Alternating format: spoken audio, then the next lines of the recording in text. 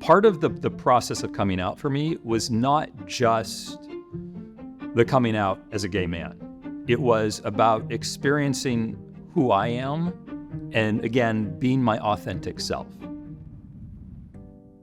I've been at ARC for 24 years now, a little more than 24 years if you count my part-time. I love education. I love our students. I love seeing new students every semester. And today, watching our LGBTQIA students within the culinary program flourish, and the number of students that identify are amazing. And I can tell you, it's not the same as it looked 20 years ago. It's much more open. It's much more encouraging. It's much more accepting than it was. So I'm so thrilled for their opportunities moving forward.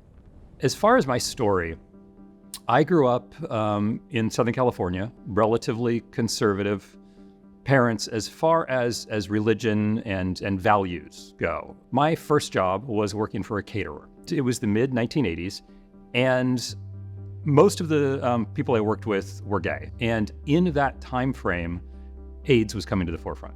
I was starting to meet gay people, and people were dying for being gay.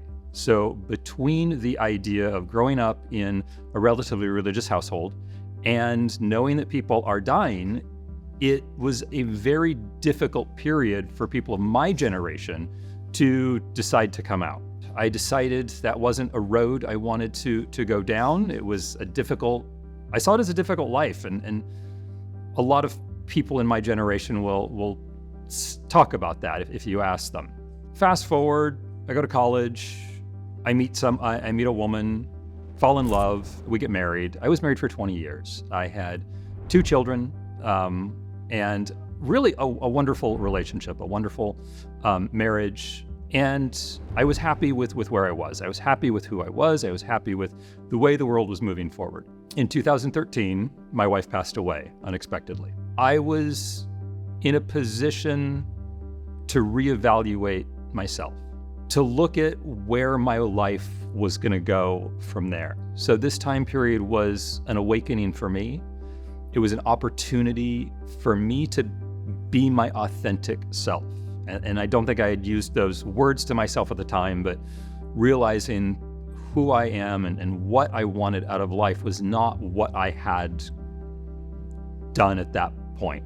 I wanted to experience my life on my own, and simultaneously didn't want this fast, fabulous, I'm coming out, and have the world think that there was something that was going on previously, right? So that was a huge concern for me in part of my coming out.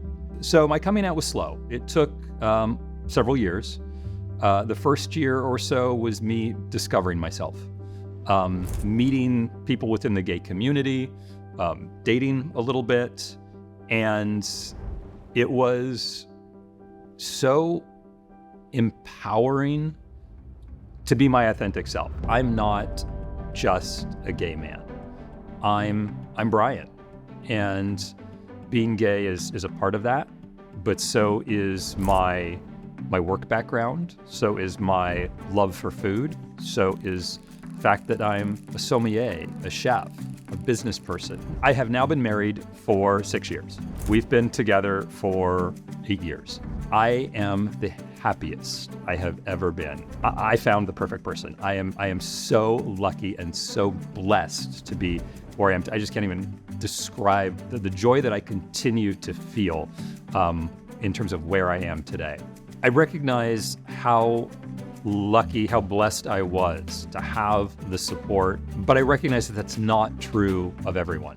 When you are on this personal journey and trying to figure out who you are, it is important to have that support, to feel that you've got that support. On the campus here, we have the Pride Center, which is an amazing, safe space to reach out and talk to someone, because everybody should feel safe being who they are.